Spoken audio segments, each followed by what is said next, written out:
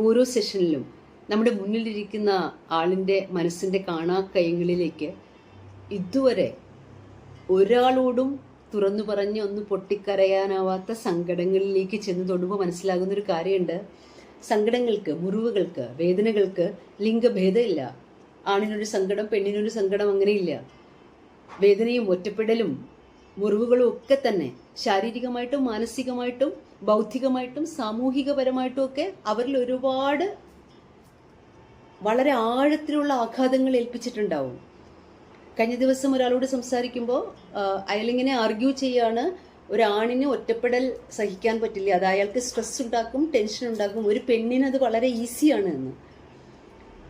ഞാൻ ആൽക്കഹോളിൽ മുങ്ങിക്കിടക്കുന്നു, എനിക്ക് എല്ലാ ദിവസവും ഹോട്ടലിൽ നിന്ന് ഭക്ഷണം കഴിക്കേണ്ടി വരുന്നു, എൻ്റെ വീട് ഓർഗനൈസ്ഡ് അല്ല. ഇതൊക്കെയാണ് അതിന് കാരണങ്ങളായി പറയുന്നത്. ഒരു സ്ത്രീക്ക് ഭക്ഷണം ഉണ്ടാക്കാൻ അറിയാം, അവൾക്ക് വീട് ഓർഗനൈസ്ഡ് ആയിട്ട് സൂക്ഷിക്കാൻ അറിയാം, പുറത്തുപോയി ജോലി ചെയ്യാൻ അറിയാം, അതിനെ ചെലവഴിക്കാൻ അറിയാം. ആ കാരണം കൊണ്ട് ഒറ്റപ്പെടൽ, മുറിവുകൾ സ്ത്രീകൾക്ക് വളരെ ഈസി ആയിട്ട് ഭേദമാക്കാൻ കഴിയുമെന്ന് ഒരു തർക്കത്തിലേക്ക് അയാൾ കടക്കുകയാണ്. ഇതിൽ നമ്മൾ എന്താണ് തർക്കിക്കേണ്ടത്? ഒറ്റയ്ക്ക് നിൽക്കുന്ന പുരുഷനും സ്ത്രീക്കും ആ ഒറ്റപ്പെടലിലൂടെ അവർ അനുഭവിക്കുന്ന ശാരീരികമായിട്ടും മാനസികവുമായിട്ടുള്ള വേദനകൾ അവരുടെ മാനസികാരോഗ്യത്തിനനുസരിച്ചിട്ട് വ്യത്യസ്തമായിരിക്കും.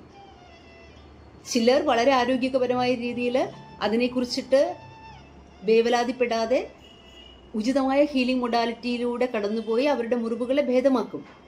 ആരോഗ്യകരമായ ശീലങ്ങളിലൂടെ ആ തകർച്ചയിൽ നിന്ന് പുറത്തേക്ക് വരും. സങ്കടങ്ങളെ മറക്കാൻ വേണ്ടിയിട്ട് ആൽക്കഹോൾ ഉപയോഗിക്കുക എന്ന് പറയുന്ന ആ ഒരു രീതിയിൽ നിന്ന് പെണ്ണിന് മാത്രമേ ഭക്ഷണം ഉണ്ടാക്കാൻ സാധിക്കൂ എന്ന ഒരു ചിന്തയിൽ നിന്ന് പുറത്തേക്ക് വന്നാൽ പുരുഷനും സ്ത്രീക്കും ഈ ഒറ്റപ്പെടലിനെ വളരെ ആരോഗ്യകരമായ രീതിയിൽ തന്നെ ഡീൽ ചെയ്യാനായിട്ട് സാധിക്കും. അതിനപ്പുറം ഇങ്ങനെ സ്റ്റാമ്പിങ് വരുമ്പോഴാണ് എനിക്ക് ഡ്രഗ്സ് യൂസ് ചെയ്യണം, എനിക്ക് ആൽക്കഹോൾ വേണം, അത്തരത്തിലുള്ള ഫ്രണ്ട് സർക്കിൾ ഉണ്ടാവും, അപ്പോൾ എൻ്റെ പൈസ ചിലവഴിക്കാൻ പറ്റുന്നില്ല എന്ന് വേദനിച്ച് ഒരു പെണ്ണ് വന്നു കഴിഞ്ഞാൽ ജീവിതം ശരിയാകും എന്ന് വിചാരിക്കുന്ന ഒരുപാട് മനുഷ്യരുണ്ട്. നിരാശയിലേക്ക് പോകാതെ ജീവിതത്തിന്റെ പോസിറ്റീവായിട്ടുള്ള സൈഡിനെ കണ്ട് മുകളിലേക്ക് പോകുമ്പോൾ ഒരു സ്ത്രീക്ക് അത് അനായാസം കഴിയുമെന്ന് വിചാരിക്കുന്നു. അവിടെയാണ് ആണിനായാലും പെണ്ണിനായാലും അവരവരുടെ മുറിവുകളെ, അവരവരുടെ വേദനകളെ, ഒറ്റപ്പെടലിനെ പോസിറ്റീവായിട്ടുള്ള രീതിയിൽ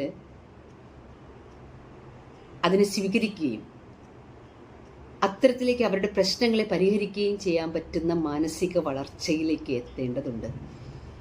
ശരിയായ അവബോധം ഉണ്ടെങ്കിൽ, ജീവിതത്തോട് അത്രമേൽ സ്നേഹവും പ്രണയവും ഉണ്ടെങ്കിൽ ആണിനും പെണ്ണിനും ഏത് വേദനയിൽ നിന്നും അതിജീവിച്ച് ജീവിതത്തിൻ്റെ ഏറ്റവും സുഖാവസ്ഥയിലേക്ക് സഞ്ചരിക്കാൻ സാധിക്കുമെന്ന് ഓർമ്മിപ്പിക്കട്ടെ.